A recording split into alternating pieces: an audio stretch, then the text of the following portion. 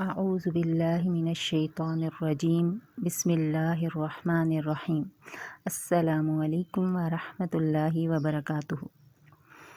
حضرت خدیجۃ الکبریٰ رضی اللہ تعالی عنہ کی وفات کے بعد حرم نبوی میں آنے والی پہلی خاتون جسے اطاعت و فرما برداری، سخاوت و فیاضی و ایثار و قربانی میں امتیاز حاصل تھا۔ تمام ازواج مطہرات میں سب سے زیادہ دراز قامت، جسے دیکھ کر حضرت عائشہ کہا کرتی تھیں کاش میری روح اس خوبصورت قالب میں ہوتی۔ ابتدا میں ہی اسلام قبول کرنے کی سعادت حاصل کی، جسے حبشہ اور مدینہ کی طرف 2 ہجرتوں کا اعزاز حاصل ہوا، جسے خواب میں حرم نبوی میں داخل ہونے کی بشارت مل گئی تھی، جس نے خواب میں اپنی گود میں چاند اترتے دیکھا، جس کو امیر المومنین عمر بن خطاب کی جانب سے درہم و دینار کی بھری ہوئی تھیلی ملی تو غرباء میں تقسیم کر دی، اور ان میں سے 1 درہم بھی اپنے پاس نہ رکھا۔ جی، ان کا نام ہے سودا بنت زمعہ رضی اللہ تعالی عنہ۔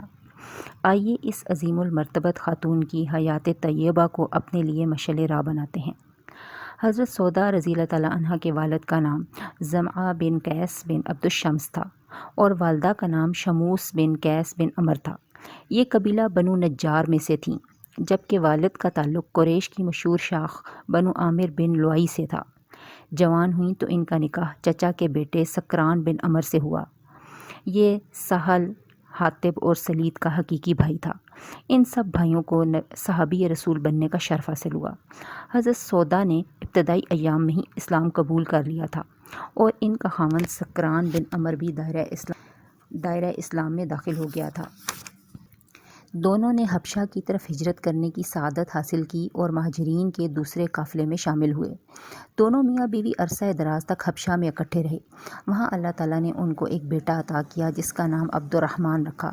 کچھ عرصے بعد یہ حبشہ سے واپس مکہ لوٹ آئے۔ ایک روز حضرت سودا نے خواب میں دیکھا کہ رسول اللہ صلی اللہ علیہ وآلہ وسلم ان کے گھر تشریف لائے ہیں اور انہیں گردن سے پکڑا ہے۔ بیدار ہوئیں تو اس خواب کا تذکرہ اپنے خاوند سے کیا۔ اس نے اس خواب کی تعبیر بیان کرتے ہوئے کہا، اے سودا، تیرے اس خواب سے ظاہر ہوتا ہے کہ میرے فوت ہو جانے کے بعد تیری شادی رسول اللہ صلی اللہ علیہ وسلم سے ہوگی۔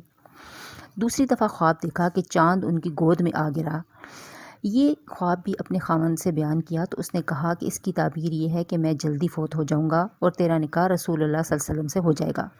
اللہ کا کرنا ایسا ہوا کہ کچھ عرصے بعد سکران بن عمر اچانک بیمار ہوا اور چند دنوں میں ہی دائی اجل کو لبیک کہتا ہوا اللہ کو پیارا ہو گیا۔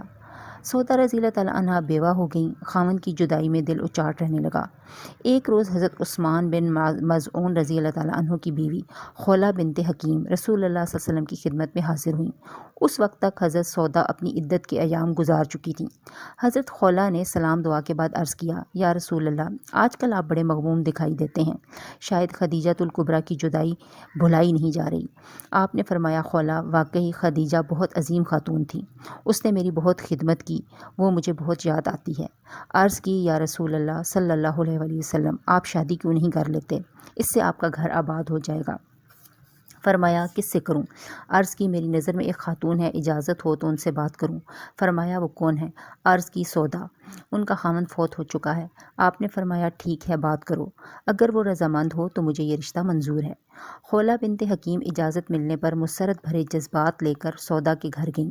سلام دعا اور حال احوال دریافت کرنے کے بعد کہا کہ میں تیرے لیے بہت بڑی خوشخبری لے آئی ہوں۔ حضرت سودا نے مسکراتے ہوئے کہا، کیا خوشخبری لائی ہو، بتاؤ تو صحیح۔ اس نے کہا، میں نے سرور عالم صلی اللہ علیہ وآلہ وسلم سے تیرے بارے میں بات کی، انہوں نے پسندیدگی کا اظہار فرما دیا ہے، تمہارے کیا ارادے ہیں؟ یہ خبر سنتے ہی حضرت سودا کا چہرہ خوشی سے تمتما اٹھا۔ کہنے لگی، میرا یہ نصیب، مجھے اور کیا چاہیے، لیکن پہلے میرے ابا جان سے بات کر لو۔ حضرت خولہ ان کے والد کے کمرے میں گئیں۔ وہ بوڑھے ہو گئے تھے اور نظر بھی کمزور تھی۔ پوچھا، کون؟ انہوں نے بتایا کہ عثمان بن مظعون کی اہلیہ خولہ ہوں۔ انہوں نے خوشی کا اظہار کرتے ہوئے کہا، آؤ بیٹا، کیسے آنا ہوا؟ حضرت خولہ نے کہا، آپ کی بیٹی سودا کو حرم نبوی میں لے جانے کے لیے آئی ہوں، آپ کا کیا خیال ہے؟ انہوں نے خوشی کا اظہار کرتے ہوئے کہا، میری نظر میں بہت مناسب رشتہ ہے، اپنی سہیلی سے بھی پوچھ لو۔ حضرت سودا رسول اللہ صلی اللہ علیہ وآلہ وسلم سے شادی کے بعد آپ کے گھر منتقل ہو گئیں۔ شب و روز شاداں و فرحاں گزرنے لگے۔ اپنی قسمت پہ نازاں اور اپنے مستقبل پہ مطمئن، ہر وقت دل میں سرور اور سکون کی کیفیت رہتی۔ جب رسول اللہ صلی اللہ علیہ وسلم ان کے پاس آ کر بیٹھتے تو یہ بسا اوقات آپ کو حبشہ میں بیتے ہوئے یادگار لمحات کی رودات سنانے لگتی۔ آپ بڑی دلچسپی سے یہ باتیں سنتے، اور جب حضرت رقیہ اور حضرت عثمان کا تذکرہ کرتیں تو آپ صلی اللہ علیہ وسلم اور زیادہ دلچسپی ظاہر کرتے۔ ان دنوں آپ کا قیام اس گھر میں تھا جو حضرت خدیجہ الکبریٰ کی ملکیت تھا۔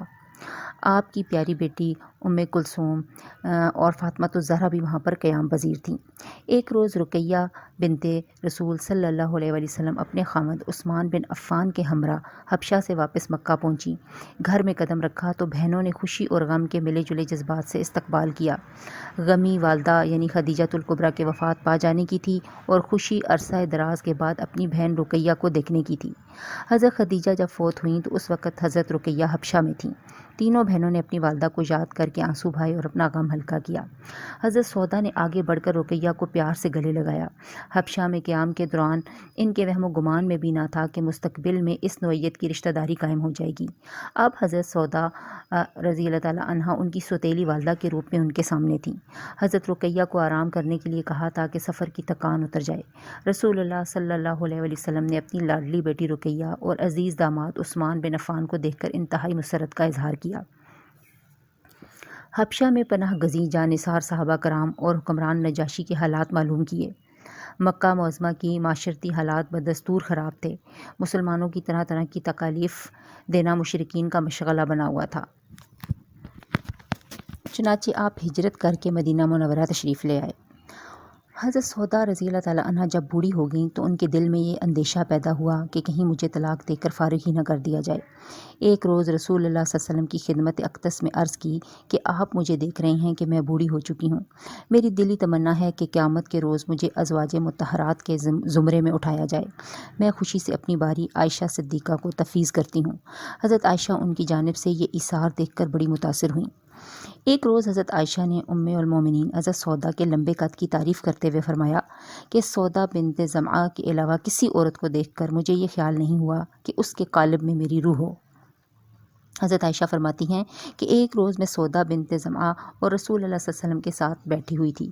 میں نے کھانے کے لیے حریرہ تیار کیا ہوا تھا۔ سودا سے کہا تم بھی کھاؤ۔ اس نے کھانے سے انکار کر دیا۔ میں نے ازراہ مذاق کہا کہ کھاؤ گی یا تمہارے منہ پر مال دوں؟ وہ خاموش بیٹھی رہیں اور کھانے کی طرف ہاتھ نہ بڑھایا۔ رسول اللہ صلی اللہ علیہ وسلم یہ منظر دیکھ کر محظوظ ہو رہے تھے۔ میں نے پیالے سے تھوڑا سا حریرہ لیا اور ان کے منہ پر مل دیا۔ رسول اللہ صلی اللہ علیہ وسلم یہ دیکھ کر مسکرائے اور سودا سے کہا کہ تم بھی اس کے چہرے پر حریرہ مل لو اور اپنا بدلہ لو۔ اس نے بھی سرتاج کا حکم مان کر حریرہ میرے چہرے پر ملا۔ رسول اللہ دیکھ کر مسکرائے اور فرمایا یہ رہا نا بدلہ۔ آپس میں اس قسم کا ہلکا پھلکا مزاح خوشگوار گھریلو ماحول کی علامت ہوتی ہے، کیونکہ اس قسم کے مزاح سے ماحول میں چاشنی پیدا ہو جاتی ہے۔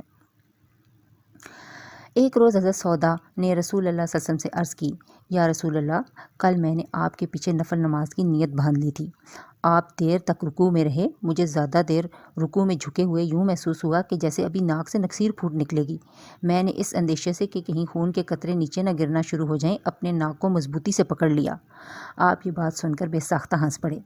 ازواج مطہرات گھریلو ماحول کو خوشگوار بنانے کے لیے بسا اوقات ایک دوسرے سے ہنسی مذاق بھی کر لیا کرتی تھیں۔ حضرت سودا نے رسول اللہ صلی اللہ علیہ وسلم کی زبان مبارک سے دجال کے بارے میں سنا ہوا تھا۔ آپ دجال کے تذکرے سے بہت خوفزدہ ہو جایا کرتی تھیں۔ تمام ازواج مطہرات کو ان کی اس عادت کا علم تھا۔ چنانچہ جوں ہی دجال کا تذکرہ ہوتا حضرت سودا کی طبیعت غیر ہو جاتی۔ ایک روز حضرت عائشہ اور حضرت حفصہ نے حضرت سودا کے سامنے دجال کی آمد کا تذکرہ کر دیا۔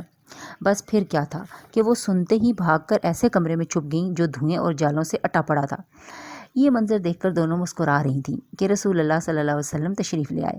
پوچھا کیوں مسکرا رہی ہو؟ بتایا یہ ماجرا ہے، سودا اس کمرے میں ڈر کے مارے چھپی ہوئی ہے۔ رسول اللہ صلی اللہ علیہ وسلم نے ان کو تسلی دی کہ باہر آ جاؤ، کوئی دجال وغیرہ نہیں آیا۔ وہ آپ کی آواز سن کر کمرے سے باہر آئیں اور خود بھی صورتحال معلوم ہونے پر مسکرانے لگیں۔ ایسا منظر اسی گھر میں دکھائی دیتا ہے جہاں بسنے والوں کے دل پاکیزہ اور صاف ہوں، باہمی تعلقات خوشگوار ہوں اور آپس میں ایک دوسرے کے ساتھ محبت اور ہمدردی کا معاملہ ہو۔ حضرت سودا کی زندگی کے باقی پیارے پیارے واقعات اب آپ کو انشاءاللہ نیکسٹ ایپیسوڈ میں سننے کو ملیں گے۔ السلام علیکم ورحمۃ اللہ وبرکاتہ۔